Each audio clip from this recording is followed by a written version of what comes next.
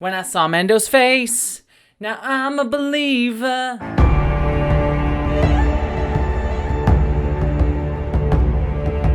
Yes, hello interwebs, and welcome to my review of The Mandalorian Season 2, Episode 7, Chapter 15, The Believer. And oh my gosh, everybody.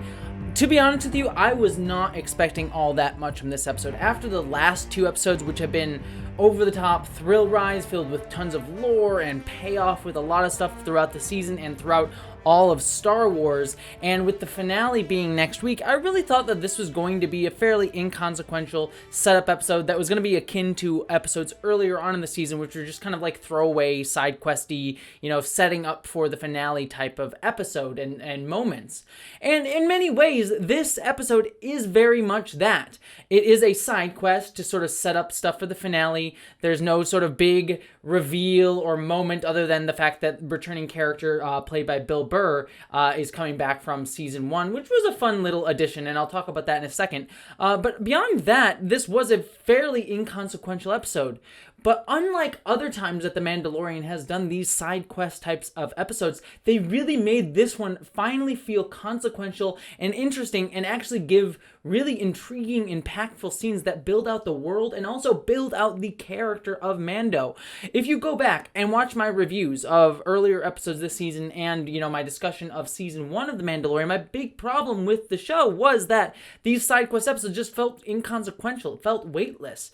And this one really addressed all of those concerns. It's like they somehow retroactively saw all those concerns that I had and somehow managed to fix everything by, obviously they filmed these all before they released them. So of course they couldn't have addressed that criticism, but they really paid it off here and saved some of their best stuff for last. So in many ways, while this is an inconsequential episode, I absolutely adored because it did the things that I wanted it to do and it took those moments that felt, like a little side quest, a little side scene jaunt on the way to the main story. It made it feel like we were building out the character and building out the world in a way that felt really, really meaningful. But let me actually get into this and sort of the nitty gritty here. I adored that we started off this episode on a sort of basically a slave labor camp. It reminded me of Jedi Fallen Order, the opening level of that. And you get to see sort of people building ships and sort of taking apart ships after the fall of the Empire. But this time it's the Republic doing that. And it started seeding this idea of the Republic's using basically forced labor camps and sort of prisoner labor. And it's a dark, dark place and fairly violent and kind of brutal. And you're like, oh, the new Republic does this? That's not at all great. And I thought that was like a little side-seeing world building thing, but it feeds into stuff that happens later on in the episode. Mwah! I love it when they sort of set these background elements and feed it into the larger plot and they don't draw direct attention to it. It was nice to see Bill Burr coming back.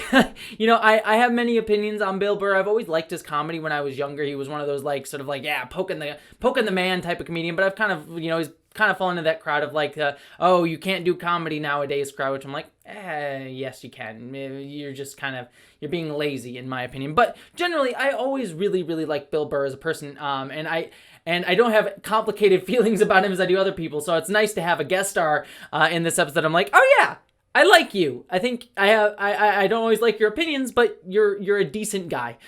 So that was kind of nice. And Bill Burr does a fantastic job throughout this entire episode. I think he brings a amount of warmth and humanity to these characters that you don't really see many non-actors doing. Bill Burr is certainly not the biggest actor out there, but compared to someone like Gina Carano, who always feels a bit stilted in her performance, I think Bill Burr does a much more good job humanizing his character and comes across really brilliantly and subtle throughout this entire sequence of events that we see this episode. So really, really strong job by Bill Burr here. I also should say it was really nice seeing Boba Fett's armor all shined up after it was kind of rough last episode. So I like the fact that we see that Boba really took the time to clean it. And it also was nice to see Boba going around without his helmet on. It was, now that we especially know what he looks like, and so it was nice to see him. But then we go to our little side quest planet, and when I saw this, I was like, all right, we're gonna go to this little side quest, have to break into an Empire base. It was a bit I was a little bit frustrated because I'm like, I've seen this before. Here's an Empire base that we have to break into. It's been the plot of at least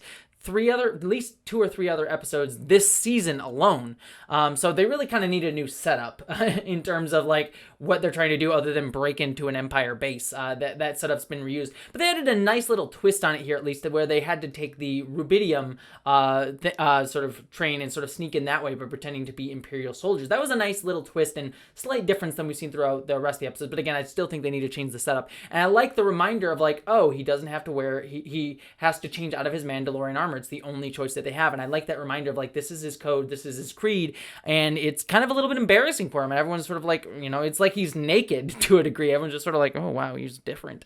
It almost was like he was walking around naked. And I really liked that sort of setup and reminder of like, this is embarrassing for him. This level that he's at right now of just wearing a different type of armor is embarrassing for him.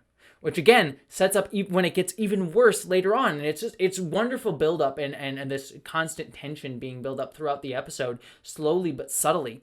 We also get the nice reminder when they're driving through the little townscape and you get to see, I like the fact that these people were wearing like I believe sort of Chinese inspired garb. I might be wrong on that. I'm not a costume expert, so apologies on that. But I like the fact that this townspeople were wearing different varied colored clothing, different sort of cultural clothing as well. And Bill Burr bringing up this excellent point of like, it doesn't matter to them whether you're Republic or Empire. Someone's ruling them and someone's being ruled. It doesn't really matter. Again, sort of setting up that stuff that we saw earlier on with the labor camp that he was in and how brutal the Republic can be and how little it matters out here on the edge of things. The Republic became the Empire and the Empire became the New Republic and then it's going to become the First Order soon, or whatever happens after the New Republic. So just all these different, powers matter nothing out here. And I like that Bill Burr was just like, as long as you can sleep at night, your code doesn't really matter to you, and the people above you don't really matter to you. It's just whether you can be a good person. So that falling apart and the sort of graying of this code that he has, that Mando has, I thought was really interesting. And again, setting up this stuff later on. There's a fun little action sequence with the pirates. I thought that was well done. Maybe a little bit overlong, but I think it was really, I like the fact that it kind of grated on Mando. He's like just doing his best, and then it just keeps getting worse. The only thing I will say about that scene that I thought was like, that's questionable, is they have this great little ticking clock or like sort of time bomb thing with the rubidium that's like, oh, you can't, it's very explosive, it's highly volatile, so you have to be careful around it. And I like that sort of setup, and I thought that was sort of a fun bit for the sequence. But then it ends with the TIE fighters swooping in and shooting right next to the thing and killing the pirates, and I'm like, if the whole setup was the rubidium could blow up very easily, why are the TIE fighters shooting right next to the dang thing? I thought that was a bit weird of a special effects choice. It looked cool and awesome, and it just felt weird that the TIE fighters were just shooting right next to the thing when they had made this whole big deal of the fact that it's highly volatile. So I thought that was kind of funny. But then we get to my favorite part of the episode when they sneak into the Imperial base and Mando has to take off his helmet in order to scan his face. I love that it was played subtly. I thought it was going to be like this big moment where he has to like take it off and the music would swell and it would be this thing, but he has to hide it. It's just like he's just taking off his helmet like anything else, and the moment was just played subtly. The music had a nice little sting, but it didn't like over dramatize the moment, and I really liked that. And you really felt like, oh, this is a big deal for him, but he has to, and he's trying to like just not draw attention to himself. Again, building off that embarrassment, naked thing that they had going on earlier on in the episode. So I like that they slowly built that, but then it just keeps getting worse.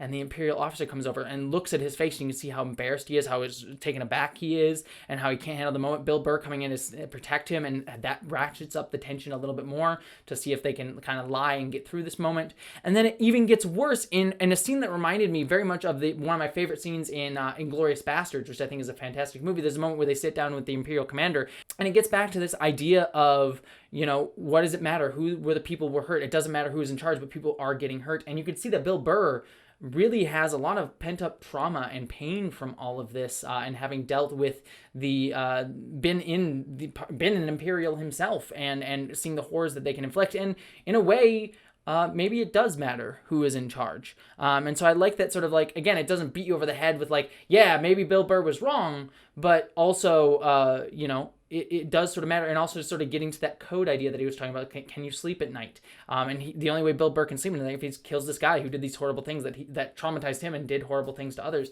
It was just a wonderfully built scene because I just liked all the facial movements between Pedro Pascal, Bill Burr, and then the Imperial officer was just very well done, because you can see that Pedro Pascal, Mando, is just clearly uncomfortable being there just without his helmet, but also just sort of like looking like, what are you doing? Are you really going to air this grievance right now at this moment? We should not be doing this. And so there's just layers upon layers of emotion happening here for all these different characters. It was very deep and very interesting. And you could just feel this tension building. I was like, I love it. It's just, I love this slow buildup of tension. It felt very Inglourious Bastards.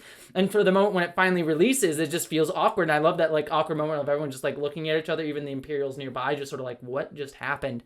Because you finally felt that tension release. And then there was a really fun battle sequence. I like Bill Burr saying like, look, I never saw your face, and understanding the embarrassment that Pedro Pascal, the Mandalorian, was feeling. It is funny that I call him Pedro Pascal when I actually see his face, but Mando when he has the helmet on. I guess I do kind of see them as two different people, because I guess that speaks to the power of the helmet. And then there was a nice little action sequence where they were escaping. I will say the action sequence as they were escaping, the music playing, the sort of like retro synth beat as they were going through was excellent. I loved the music in that section. I thought it was a lot of fun. I also like Boba Fett coming in with the sound mines. We got the sound mine stuff. I thought that was very cool. And they finally let Bill Burr go. I thought he was going to be set up for the next episode, that he was going to come back in next episode. We're going to have our Avengers Assemble a moment next episode in the finale, but I guess he's gone. Maybe he'll come back, but it was nice to see him back here, and I thought he was used very, very effectively and very well performed. And then we get a wonderful sort of standoff scene leading into the finale between Mando and Moff Gideon. This reminder of like, no, the Mandalorian actually expressly stating he loves Baby Yoda, or Grogu, I should say at this point. He really cares for Grogu, and he's actually explicitly stating it now. It's like, I'm going to come after him. So it's a nice little like tease for the finale. It wasn't anything of super consequence besides that little moment, but it was a nice little tease and getting us hype for that finale. So yeah, all in all, this was a sort of one-off side episode that, didn't advance the main story plot all that much. It's one of many that Mandalorian has done, but I think that this one is a perfect recipe for how they should be done. Use these moments to not just like have a fun little whatever side adventure plot. Use them to build character, to give us some complex situations, more dialogue-heavy situations, even though there was action in here. I just really thought that the sort of downbeat that this episode was used incredibly effectively as compared to other times that The Mandalorian has done this, where I felt it was just sort of like we'll do an episode, and just sort of tossed away. This one felt like it was actually being used incredibly effectively and incredibly well. So hands down to The Mandalorian, you finally nailed how to do these side quest offbeat episodes, and I hope that that level of quality continues as we go into the finale, which I am so pumped and hyped for. That is not something I thought I was going to be saying when this season started, but I am incredibly pumped and excited for the finale. Are you? I'd love to hear all your comments down below. Don't forget to subscribe to this channel for my review coming up of the Mandalorian season finale, also of all my reviews of Star Trek, all that stuff. Don't forget I also have a Patreon where you can help me and support me. I really do appreciate any help that you can give over there. But beyond all of that, I'm just I am glad that you stopped by, and I hope that you, as always, live long and prosper.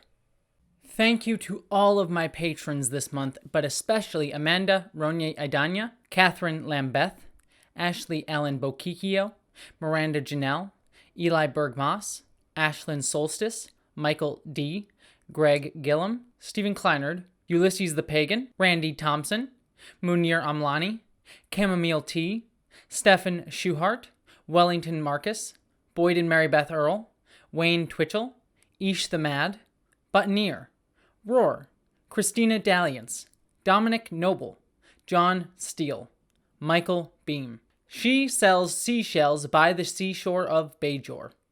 William Stewart, Gavin Robinson, The Sir Spence, BBD, Hannah F., Nathan Olson, Jason Knott, Andrew Jorgensen, Chris Brown, Jasmine, Maeve, Bree Beecher, Subraxis, Skylar Gray, Nathan Steele, Jane Packard and Chloe Dollar, Wen Dizzle-Bizzle, Gretchen Badger, Geek Filter, Bush, Celestial Dawn, Din, Sarah Bastam, Polly Mina, Jacob Tovar, Piston Twisted Garage, Lily, Jean Mithun, Andrew Lamori, Lysa, Zone 1 Librarian, Michael Hardy, Corey Honkanen, and KT Dunn.